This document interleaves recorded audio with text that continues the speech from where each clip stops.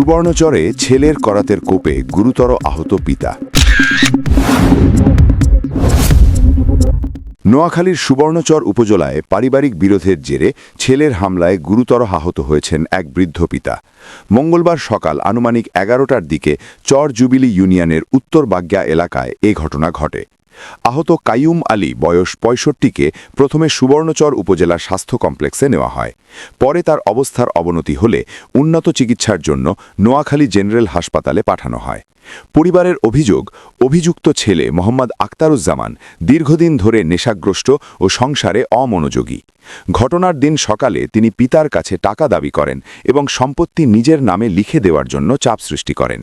এতে অস্বীকৃতি জানালে প্রথমে মাকে মারধর এবং পরে পিতার ওপর হামলা চালানো হয়। এক পর্যায়ে গাছ কাটার করাত দিয়ে পিতার মাথায় আঘাত করা হলে তিনি গুরুতর আহত হন। এতে তার মাথায় গুরুতর জখম ও বাম হাত ভেঙে যায়। আগে বহু টাকার মানুষের অভিযোগ পাইব 1.5 লাখ টাকার মধ্যে মানুষের টিয়া পয়সা জানা দিয়েছে। এই কথা বলে বাড়িয়েছি